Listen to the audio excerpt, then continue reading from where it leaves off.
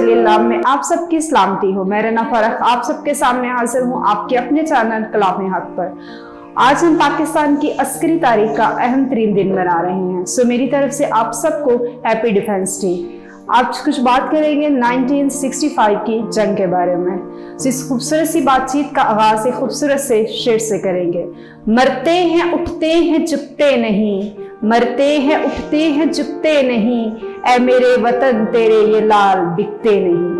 पाकिस्तान का तहफ़्फ़ुज़ हमारा हक है। अगर इस हक को अदा करने के लिए हमें अपनी जानों की कुर्बानी भी देनी पड़े तो हमें पीछे नहीं हटना चाहिए, क्योंकि हमारे बुजुर्गों ने बहुत कुर्बानियां देकर हमारे लिए ये वतन हासिल किया है और अब इसको संभालना हमारा फ़र्ज़ है।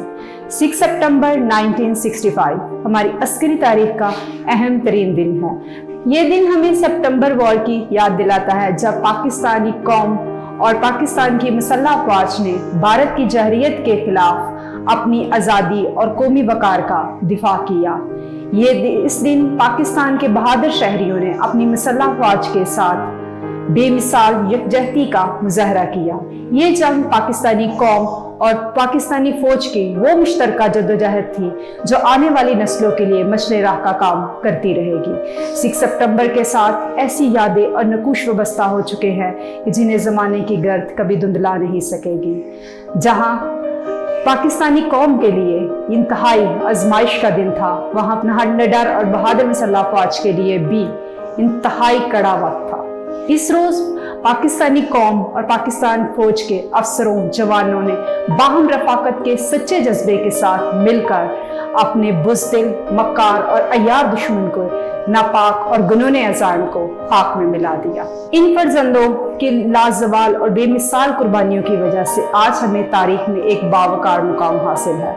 1965 की जंग पहली जंग थी जिसमें अक्सरियत और अकलियत का कोई चक्कर नहीं था।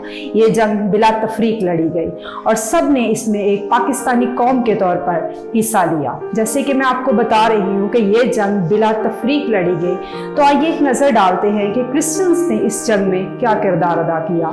चुइंडा में कर्नल मार्वन कोर्जन और colonel W Herbert Shakargarh sector में, कर्नल सुशील कुमार ट्रेसलर और कर्नल एल.सी. रॉथ छंगजोड़िया सेक्टर में, कर्नल के.एम. रॉय बेदिया सेक्टर में, major Ramu Joshua Sialkot sector में, कर्नल डैनियल ओस्ट्रा लाहौर सेक्टर में और सिपाही तालब मसीह चुइंडा सेक्टर में शहीद हुए। नायक आर.सी. जेम्स सियालकोट सेक्टर में शहीद हुए। इन मसीही नौजवानों की एक तवील तरीन लिस्ट है जिन्होंने इस जंग में हिस्सा लिया और अपने इस मुल्क के दिफा में अपना अहम किरदार अदा किया। एयरफोर्स में जो 70 सितारे जुर्रत मिले, इनमें से 7 सितारा जुर्रत जिन्होंने हासिल किए वो क्रिश्चियंस पायलट थे, almost 10%। Squadron leader William Desmond Harni, इन्हें सितारा जुर्रत मिला।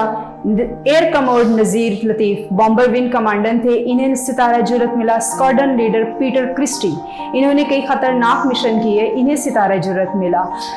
ग्रुप कैप्टन सिसल चौधरी, इन्हें भी सितारा जुर्रत मिला। इन सब में एक दिलचस्प नाम है एरिक गॉर्डन हॉल का। इन्हें बाद में वो एयर वाइस मार्शल के ओहदे से रिटायर हो गए।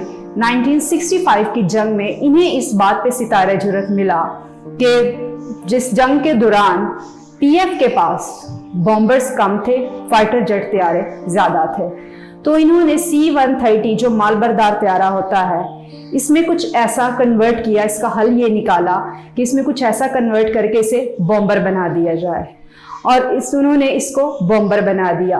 और इस दौरान जो पहली सोटी गई इस पर वो खुद गए और खट्टू ब्रिज पर पहली बमबारी C-130 मालबरदार तैयारे से हुई। इस जंग के दौरान 13 मिशन हुए और C-130 मालबरदार तैयारा जो है एज ए बॉम्बर यूज हुआ इस जंग में। और C-130 मालबरदार तैयारे का जो इस्तेमाल है इसी जंग में सिर्फ एज ए बॉम्बर हुआ। इसके बाद आज तक C-130 तैयारा यूज हो रहा है, लेकिन जो यूज इस जंग में हुआ वो आज तक दोबारा नहीं हुआ। सलाम है ऐसी माओ को जिन्होंने इस मुल्क को ऐसे बेटे दिए। अब कुछ बात करते हैं एक और मसीही नौजवान की, स्क्वाड्रन लीडर मैरवन मिडलकोट। इन्हें 2 दफा सितारा जुर्रत मिला, 1965 और 1971 में। इन्होंने ये 1965 की जंग के दौरान ये कराची में मारीतुल बेस पर थे। इन्होंने कराची में इंडिया के 2 तैयारे भी गिराए, 17 मिशन किए और उर्दन की एयरफोर्स को स्टैब्लिश करने में इनका बहुत बड़ा हाथ था। 1971 की जंग के दौरान ये मिसिंग हो गए। तो इनके बाद शाह हुसैन थे। शाह हुसैन ने इनकी वाइफ को एक लेटर लिखा और कहा कि फ़र्ज़ करें कि वो मिसिंग हो गए हैं, तो हो सकता है वो शहीद हो गए हो, तो उनकी जब बॉडी मिलेगी तो उनके जनाजे के ऊपर पाकिस्तानी फ्लैग के साथ साथ उर्दन का फ्लैग भी डाला जाए। मारवन मिडलकोट, इनकी एक बेटी थी मारवन लेज़ली मिडलकोट। इसका एक मैं वाक़या आपको सुनाना चाहती हूँ कि 1966 में ये इनकी तैनाती सरगोदा एयरबेस पर थी। इनकी 8 साला बेटी थी लेज़ली मिडलकोट, वो स्कूल जाती थी। तो स्कूल में उसके एक प्रोग्राम में उसने वतन से मोहब्बत पर तकरीर की। तो सामने एक बच्चा बैठा था, उसने कहा जाओ जाओ, बड़ी आई वतन से मोहब्बत करने वाली, ये वतन तुम्हारा नहीं हमारा है। तो लेज़ली बहुत शॉक हो गई, तो उसने उस बच्चे की पिटाई कर दी। उसने उससे कहा कि तुम्हारी हिम्मत कैसे हुई ये कहने की कि ये वतन तुम्हारा है मेरा नहीं। उसके बाद वो डिप्रेशन में चली गई। तो वो अपने घर आई तो उसके पापा आए, तो उन्होंने पूछा कि बेटा क्या हुआ। उसने सारा वाक़या अपने पापा को सुनाया और ये भी बताया कि उसने उस बच्चे की पिटाई की है। तो उन्होंने कहा बेटा अपना अखलाक और किरदार इतना बुलंद रखो कि ऐसी आवाज़ें आपके कानों तक पड़े ही ना।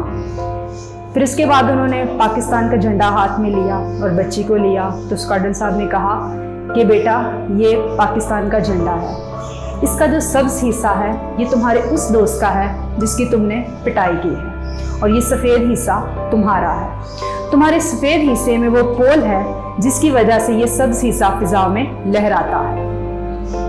तो उन्होंने कहा कि हमें सफ़ेद हिस्से को मजबूती से थामे रखना है ताकि इसका सब्ज़ हिस्सा हमेशा फिजा में लहराता रहे। कितनी खूबसूरत तरीके से उन्होंने अपने बच्चे को ये बात समझाई। लिहाजा हमें भी अपने बच्चों को इस झंडे का असल मतलब और असल मकसद समझाना चाहिए, क्योंकि इस झंडे के दोनों हिस्से एक दूसरे की ताकत है। इस मुल्क को हमें मिलकर मजबूत बनाना चाहिए। इसके बाद वो मिसिंग हो गए और उनकी जो सारी फैमिली है वो अमेरिका शिफ्ट हो गई, लेकिन लेज़ली ने आज तक मुल्क नहीं छोड़ा, हालांकि उसकी पूरी फैमिली जो है वो अमेरिका शिफ्ट हो गई। 1965 का दिन, 6 सितंबर का दिन हमारी कौमी तारीख में एक संगे मील की हैसियत रखता है। इस दिन की याद मनाते हुए हमें अपनी बहादुर मुसल्लह अफ़वाज की शानदार कामयाबियों और मार्कों को तस्लीम करते हुए हमें अपने शेर दिल जवानों और शाहीन सिफ्त हवाबाजों की जज्बा जहाद और ईमानी क़ुव्वत को बेहद खराज तहसीन पेश करना चाहिए। और इस दिन की 6 सितंबर का दिन बहुत सारी यादें और नकूश छोड़ गया है, और इस दिन को याद करते हुए पाकिस्तानी मुसल्लह अफ़वाज और पाकिस्तानी कौम के सर फ़ख्र से बुलंद हो जाते हैं और दिल से एक ही दुआ निकलती है, अपनी हर सांस तेरे नाम करते हैं, अपनी हर सांस तेरे नाम करते हैं, ए वतन हम तुझे सलाम करते हैं। पाकिस्तान जिंदाबाद।